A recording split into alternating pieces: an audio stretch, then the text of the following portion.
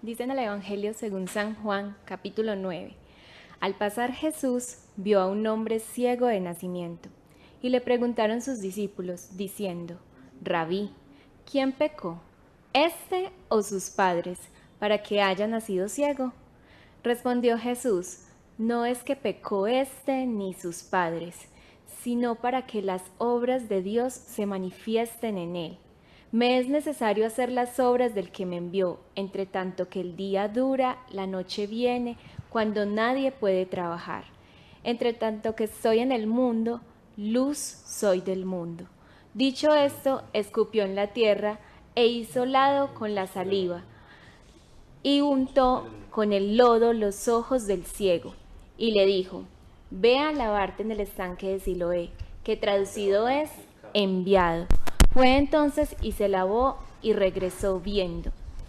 Entonces los vecinos y los que antes le habían visto que era ciego decían, ¿no es este el que se sentaba y mendigaba?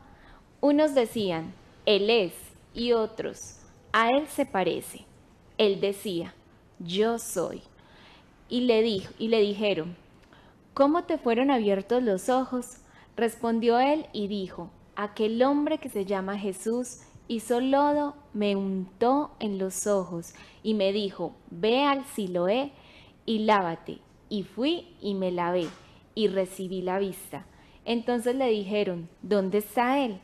Él dijo, no sé. Muy bien, gracias a Dios. Entonces, si quieren, vamos a entrar de una vez con el estudio esta noche de la palabra del Señor. No sin antes decir que ya tenemos arriba de 300 reproducciones por Facebook, por 400 creo vamos, si nos pueden mostrar. Reproducciones en Facebook, en YouTube tenemos 364 y tenemos 205 en el otro lado. Muy bien, ahí sigue y sigue llegando la audiencia. Usted comparta, mientras tanto siga compartiendo este like con las personas, con sus amistades, en fin, porque necesitamos que este mensaje llegue a muchísima más gente. Muy bien, entonces vamos a irnos con ese capítulo 9 del Evangelio según San Juan, que es extraordinario y a la vez hace una explicación importante, o es bueno entrar con un comentario especial que hay allí por un pasaje mal entendido y que se presta para confusiones. Al pasar Jesús vio a un hombre ciego de nacimiento y le preguntaron sus discípulos diciendo, esta pregunta es muy importante, miren lo que ellos le preguntaron, maestro, Rabí es maestro, ¿quién pecó, este o sus padres, para que haya nacido ciego? Aquí queda un trasfondo que se presta para confusión. ¿Puede una persona pecar antes de nacer? ¿Puede un bebé en su tiempo de gestación pecar? ¿O será que, como se aseguró en el hinduismo y posteriormente en el budismo, que las personas vienen mediante la reencarnación y en vidas pasadas pueden ser que hicieron cosas muy malas en otras vidas que tuvieron antes? Pues allí en la reencarnación se cree que una persona puede tener unas 48 reencarnaciones y unos 60 retornos, para un total de 108 oportunidades. Es lo que se cree en el hinduismo y también en el budismo se cree o se tiene esa creencia en la reencarnación. Pero sabemos que la reencarnación realmente no existe. Y tiempo faltaría para decir por qué, pero un pasaje. Hebreos capítulo 9, verso 28. Está establecido para todo hombre que muere una sola vez y después de esto el juicio. Si existiera la reencarnación, la persona tendría que morir muchas veces. Mínimo en las 48 veces y enseguida retornar en cualquier otra cosa 60 veces. Entonces, eso no es verdad. Pero aquí viene la pregunta, ¿quién pecó? Es decir, cuando los discípulos preguntan esto, tienen alguna o tienen la mente en algo del hinduismo, del budismo. Recordemos que el budismo vino después de Jesús. Que Buda sí nació 600 años en el siglo VI antes de Cristo, pero esas enseñanzas no tienen ninguna importancia en la Biblia. Y vamos a ver por qué. Es decir, ¿a qué se refieren los discípulos concretamente cuando le preguntan a Jesús, este hombre que nació ciego, ¿por qué causa está ciego? Normalmente le atribuían al pecado la mayoría de enfermedades. Se creía que cada enfermedad era por consecuencia de un pecado, lo cual en el fondo eso no es verdad. Pero era una creencia popular que había. Pero también existía una creencia popular en que las personas podían pecar desde antes de nacer. ¿Y en qué basaban esa creencia? Es decir, ¿en qué basaban esa creencia?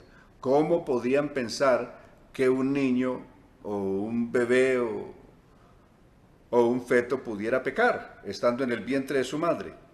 Sencillo. Veamos si había tomado mal. Existe una hipérbole, es decir, una exageración, en el Salmo 58. Cuando refiere a una hipérbole, sabe que está diciendo una cosa exagerada. ¿Qué es exagerado? Por ejemplo, los espías dijeron que la tierra prometida ciertamente era buena, pero habían murallas que llegaban hasta el cielo.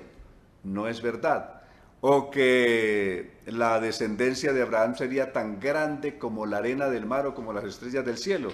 Se sobreentiende que es hipérboles, es decir, es una exageración. O cuando leemos en Jueces capítulo 5 que el llanto, el dolor, los gritos de dolor que daban los filisteos a consecuencia de las plagas que le vino, los tumores que le vino por haber llevado el arca de Dios a su tierra, el último verso dice que sus gritos, su lamento eran tan fuertes que llegaban hasta el cielo. Se sobreentiende de que es una hipérbole, es una exageración.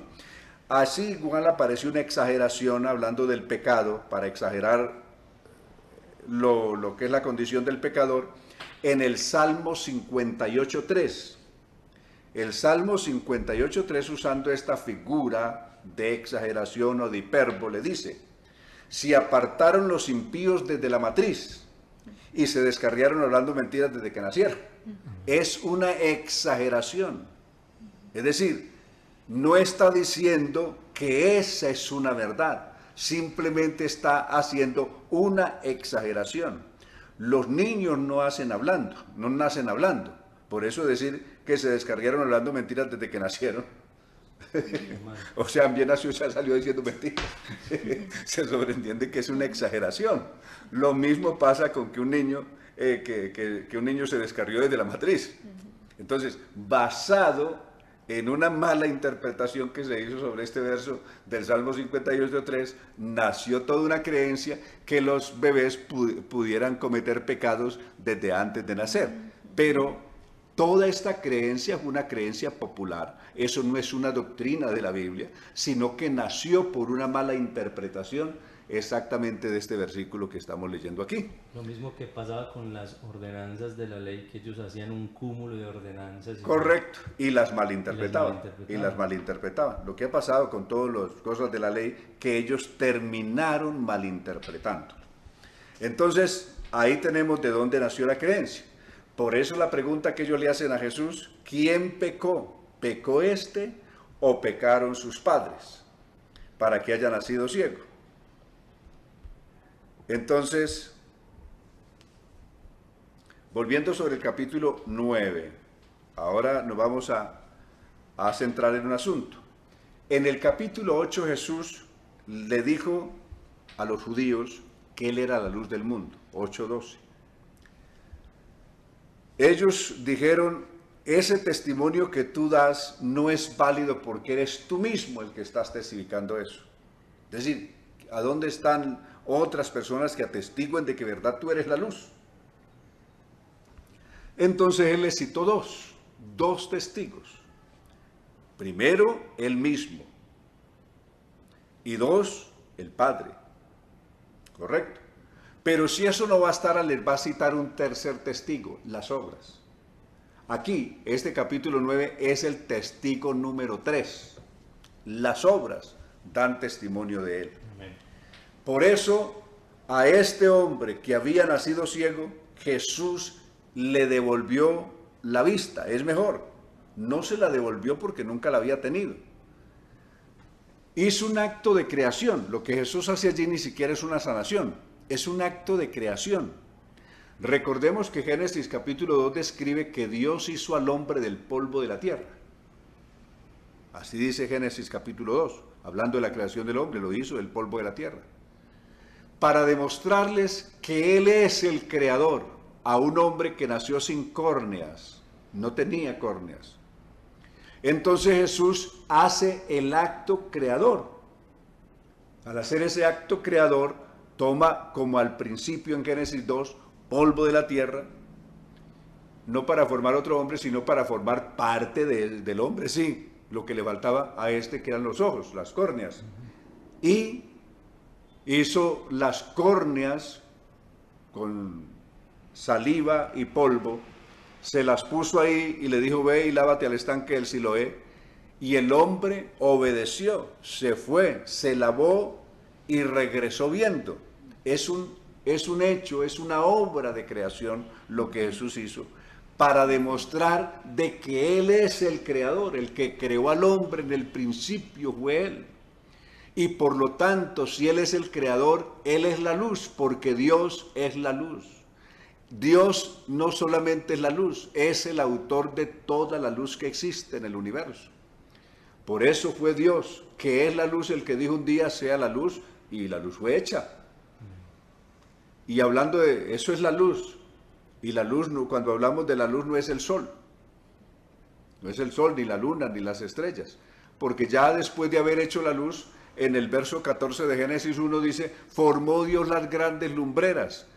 No dice que las creó. Dice que las formó. Se forma de lo que ya hay. Crear es traer a la existencia algo que no existe.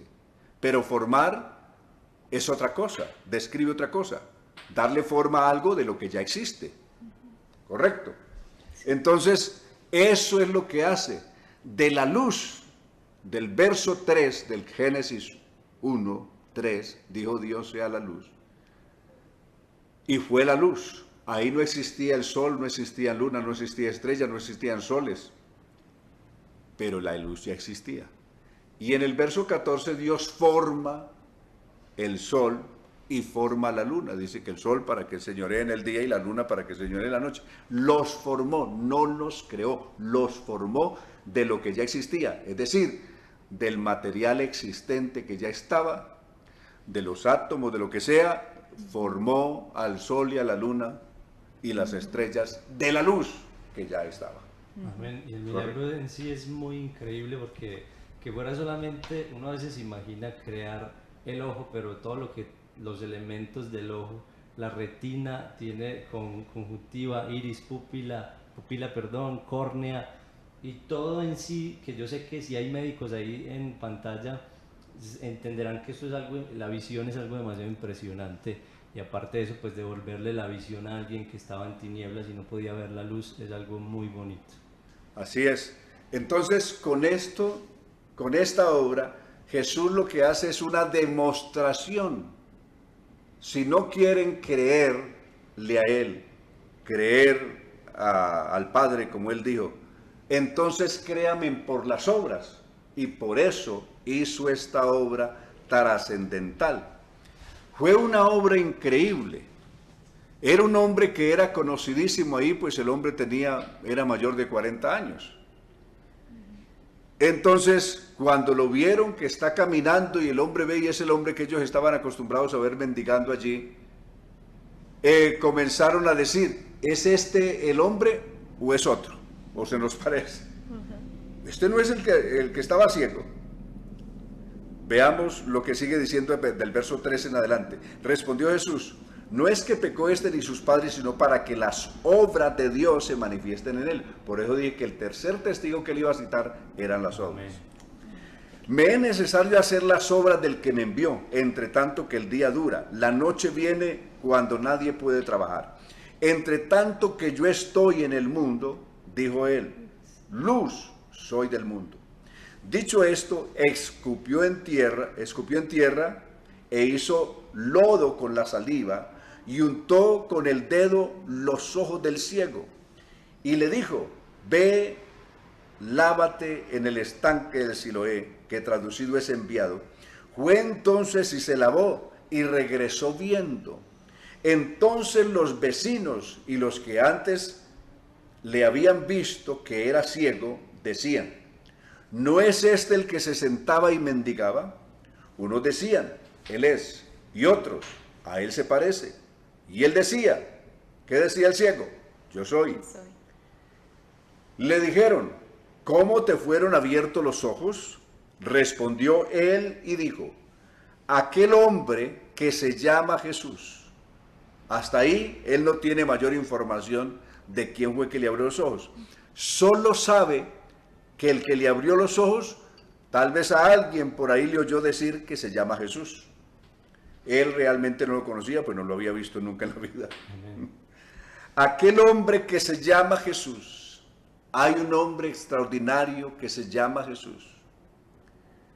Me untó los ojos y me dijo, ve al estanque y lávate, y fui y me lavé y recibí la vista. Entonces le dijeron, ¿dónde está él? Él dijo, no sé, el hombre no sabe para dónde se había ido Jesús. Jesús se había ido y él no sabía para dónde se había ido Jesús. Pero aquí hay algo importante. Lo que sí sabe, el testimonio que el hombre tiene, el leve conocimiento que él tiene, es que si ahora ve que hay un milagro en su vida, se lo debe a un hombre que se llama Jesús. Así es.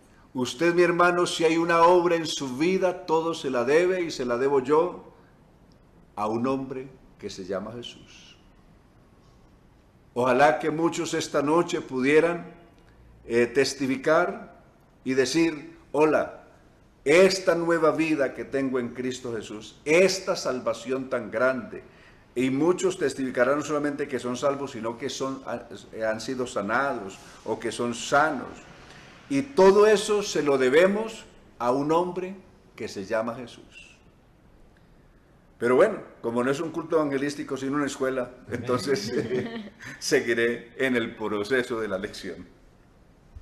Pero sí, cuando uno lee estas palabras del Evangelio, hay una tremenda diferencia cuando uno lee la palabra de Dios que cuando lee otros libros. Normalmente leemos libros de muchas personas. Hace ya algunos años, García Márquez, premio Nobel de Literatura colombiano, murió, pero hoy todavía sus libros siguen siendo muy leídos por muchas personas en el mundo. Solo que cuando la gente lo lee, saben que están leyendo una obra de alguien que está muerto. Cuando uno lee las obras, por ejemplo, el libro del Quijote de la Mancha, de Don Miguel de Cervantes, sabe que son extraordinarias sus obras, pero sabe que uno que está leyendo de antemano, uno sabe que está leyendo una obra de alguien que está muerto. Cuando leemos las obras de Freud y de otros, uno las puede leer, claro, y las disfruta, pero sabe que está leyendo algo de alguien que está muerto. Y así pudiéramos hablar de los grandes filósofos, de Sócrates, de Platón. Uno se deleita leyendo diálogos de Platón, por ejemplo, y así. Otras obras de Sócrates. ¿Por qué disfrutar los poemas de Virgilio, el italiano o latino? Y así, pero uno sabe que está leyendo unas palabras de alguien que está muerto. Pero la diferencia de eso con el Evangelio, con la Biblia, es que cuando uno lee el Evangelio, aunque fue escrito ahora 2000 años, el autor de este Evangelio está vivo. Amén. No es alguien que está muerto, está vivo.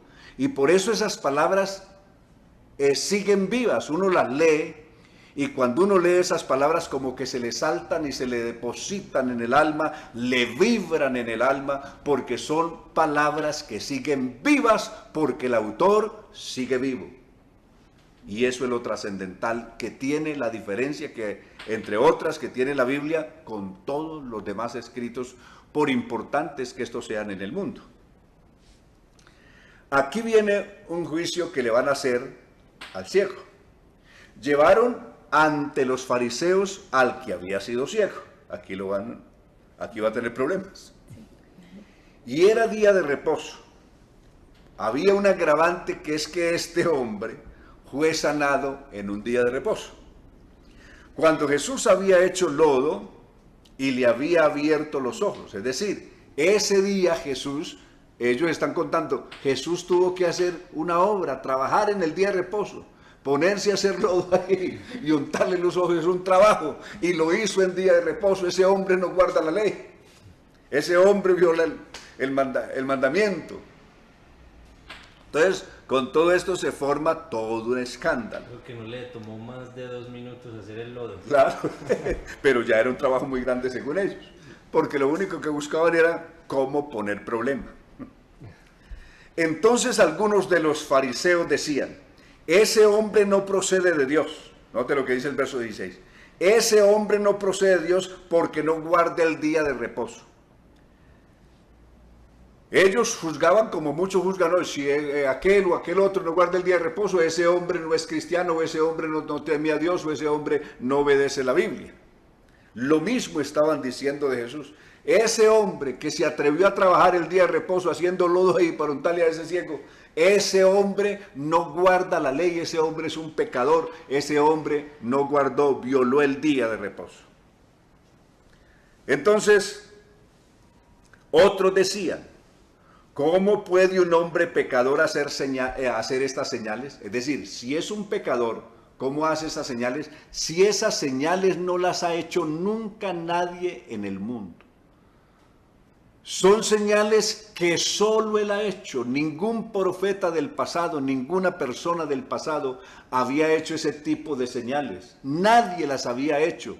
Solo él las podía hacer y estaban viendo con sus propios ojos una obra que nadie en la historia había hecho. ¿Cómo puede ser un pecador? Si nadie ha podido hacer las obras que él hace, ¿cómo puede ser un hombre pecador? Es la pregunta que otros se hacían en el final del verso 16. Y ahora, luego dice, había disensión entre ellos.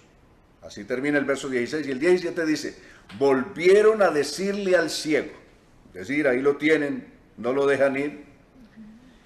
¿Qué dices tú del que te abrió los ojos? Él les dijo, es decir, ¿qué concepto tiene usted de ese que le abrió los ojos? ¿Qué concepto tiene usted? Y él dijo, pues por lo menos que es profeta. Mínimo tiene que ser profeta. Es decir, el concepto más bajo que puede tener del que le abrió los ojos es que es un profeta. Verso 18. Pero los judíos no creían que él había sido ciego. Es decir, ahora comienzan a pensar que tal vez esto es una mentira, que este hombre no había sido ciego, aunque ellos mismos lo habían visto mendigando.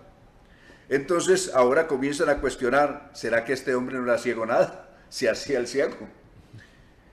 Y por lo tanto no creen que había sido ciego y que hubiera recibido la vista, hasta que llamaron a los padres del que había recibido la vista. Es decir, llevaron a los pobres papás del hombre que había sido ciego.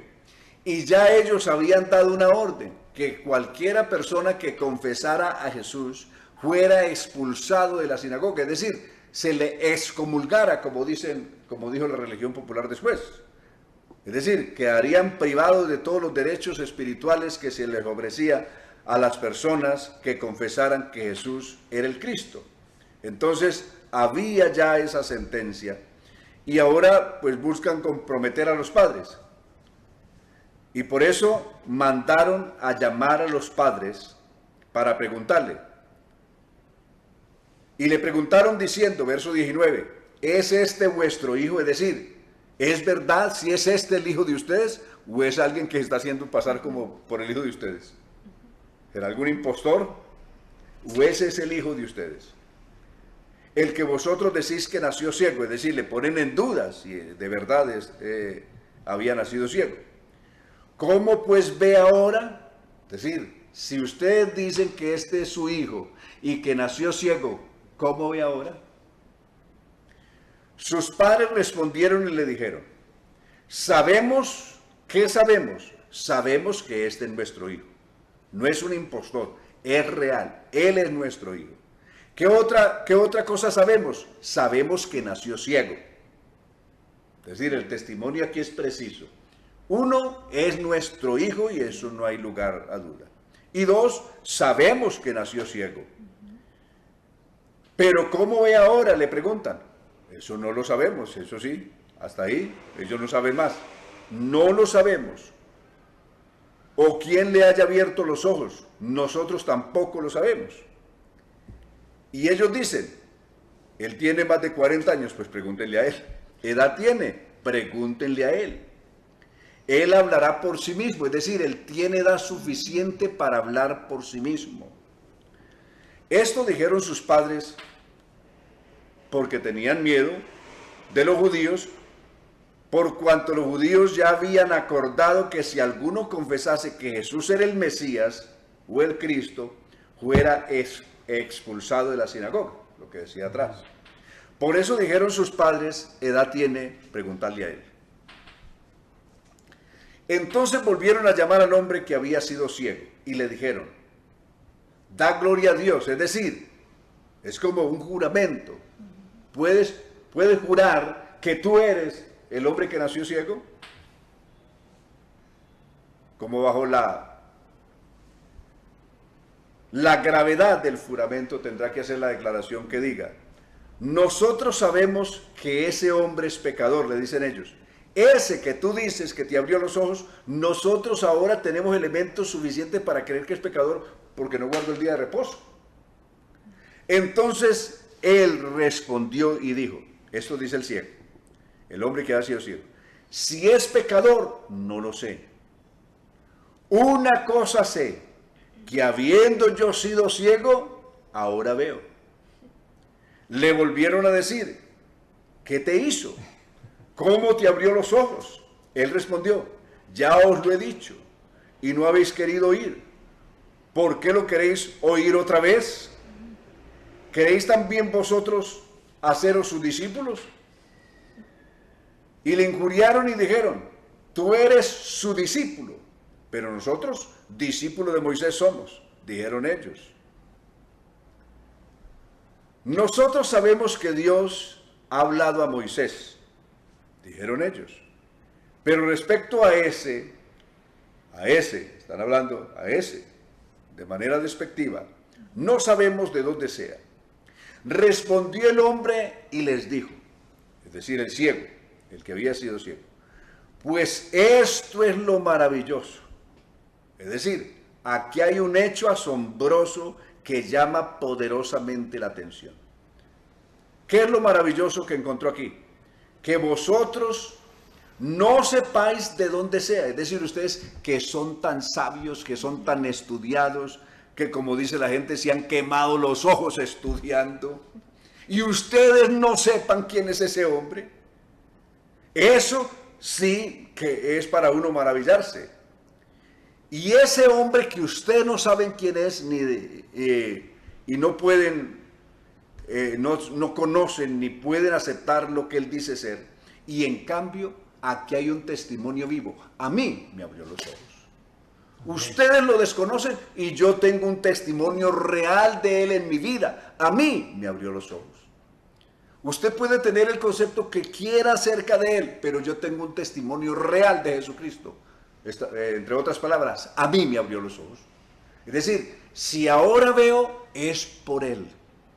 Usted piense de Jesús lo que quiera, pero yo tengo un testimonio real en mi vida. A mí me abrió los ojos. Es lo mismo que nosotros pudiéramos decir esta noche. Cualquier oyente del que nos oiga o cualquier persona que usted ha oído puede tener el concepto que quiera tener acerca de Jesús. Pero nosotros tenemos un testimonio real, vivo. A nosotros Él nos salvó.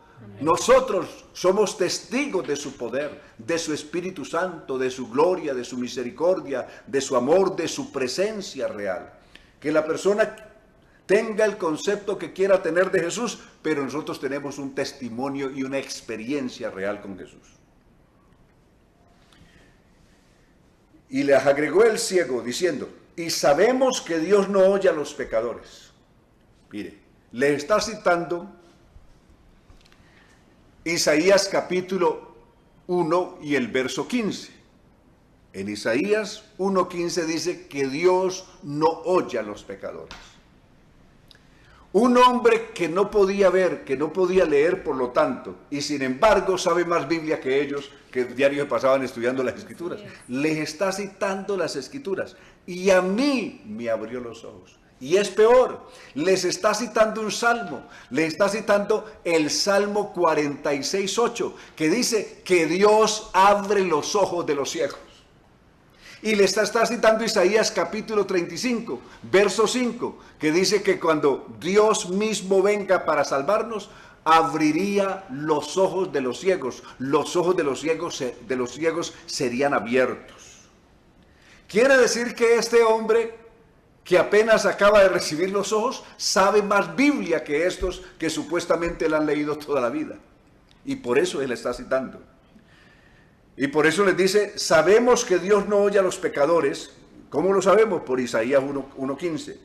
Pero si alguno es temeroso de Dios y hace su voluntad, a ese oye. Desde el principio no se ha oído decir que alguno abriese los ojos a uno que nació ciego. Esto es el testimonio poderoso que este ciego les está dando, es decir, les está dando una severa paliza. Le está diciendo, aparte de lo que les dijo, desde el principio no se ha oído decir que alguno abriera los ojos a uno que nació ciego. Si este no viniera de Dios, le está diciendo el ciego, nada podría ser. Si este hombre no viniera de Dios, nada podía ser. Recordemos las palabras de Nicodemo en el capítulo 3. Sabemos que has venido de Dios porque nadie puede hacer estas señales que tú haces si Dios no está con él. Muy similar, esa es la apreciación que tiene también el ex ciego aquí. Si este hombre no viniera de Dios, nada podría ser. Respondieron y le dijeron, naciste del todo en pecado. Ahora ya ellos la toman contra él y ya van a decir que es que el hombre nació en pecado, que es un pecador. Y nos enseñas a nosotros, porque realmente los dejó en ridículo. Y cuando ellos no pudieron resistir la verdad de este hombre, hicieron lo que siempre ha hecho las religiones autoritarias a lo largo del tiempo. Cuando no han resistido la verdad, ¿sabe qué han hecho las religiones? Han procedido a excomulgar, incluso han procedido a matar a las personas que no han querido. Y si no, pregunten por las grandes inquisiciones y todos los inquisidores que han habido en la historia, cómo mataron cantidad de personas porque no las pudieron convencer con sus credos y con sus dogmas. Y entonces, como no quisieron creer a sus dogmas y ceder a sus creencias, entonces, para no quedar en ridículo, decidieron matarlos. Eso hicieron. Hicieron lo mismo que han hecho todas estas religiones a lo largo del tiempo. Como no pudieron con los argumentos con este hombre, entonces recurrieron a la fuerza y lo expulsaron. Oyó Jesús que habían expulsado al hombre. Y entonces cuando el hombre ya está expulsado, ahora él no tiene religión, ahora ya él está excomulgado, Jesús se fue a buscarlo.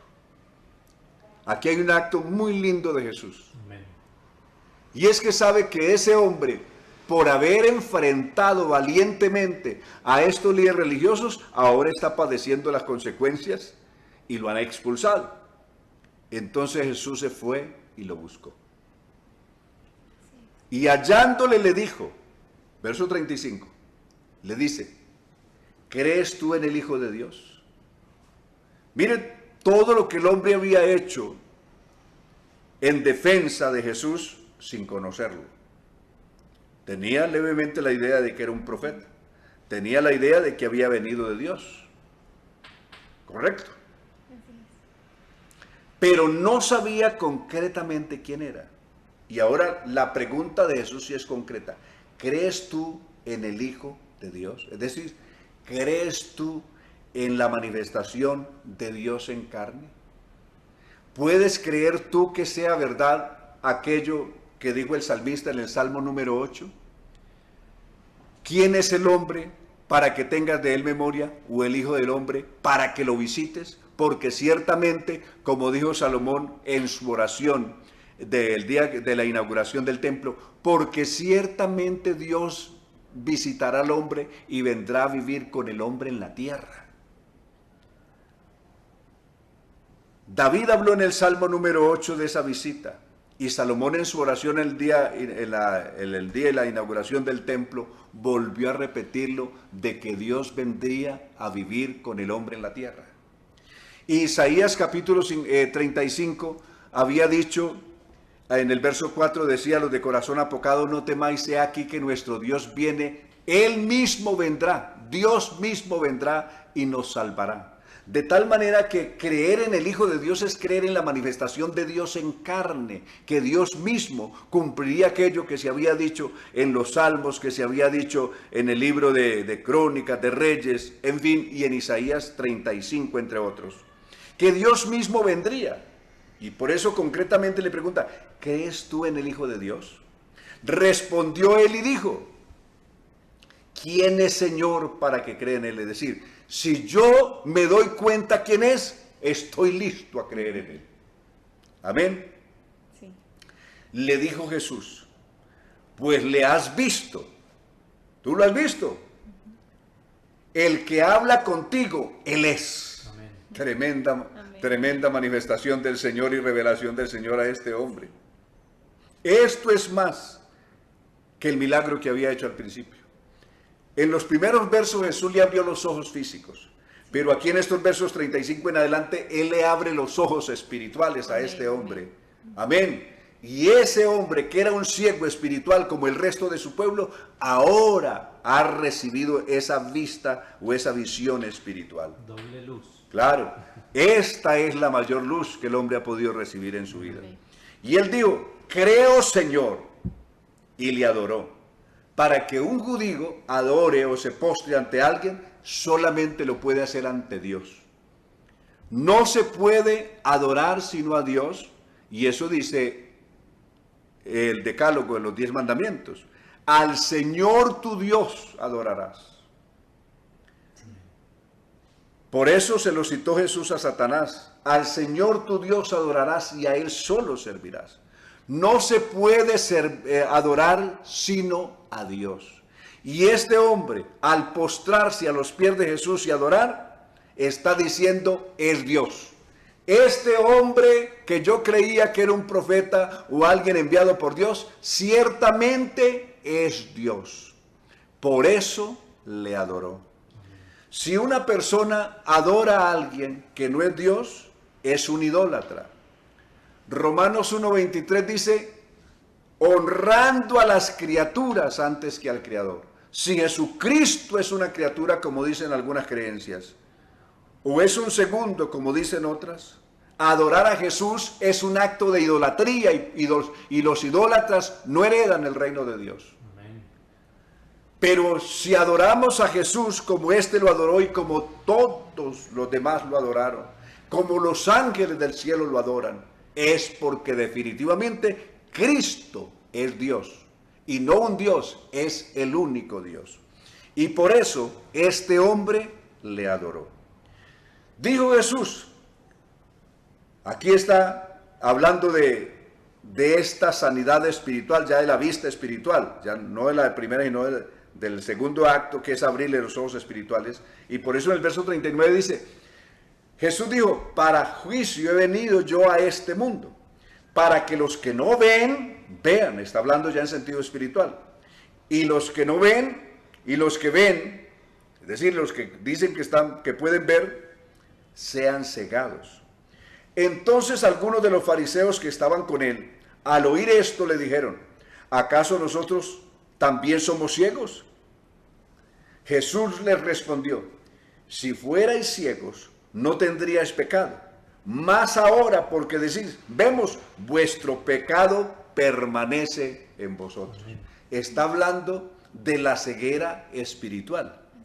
Si ustedes dicen que ustedes ven, es decir, que conocen, que entienden la realidad de lo que estoy enseñando, y si entendiéndola no la quieren obedecer, entonces son pecadores, porque es una persona que a sabiendas, o es decir, teniendo conocimiento pleno, con pleno conocimiento de causa, mas sin embargo peca o transgrede, entonces es doblemente pecador. Por eso dijo Jesús que ellos, si supuestamente tenían abiertos los ojos espirituales y podían ver, y sin embargo no habían podido creer todo lo que Jesús les había enseñado, son doblemente culpables y por lo tanto pecadores. Amén. Amén. Amén. Bueno, así hemos terminado el recorrido por este capítulo 9 del Evangelio según San Juan.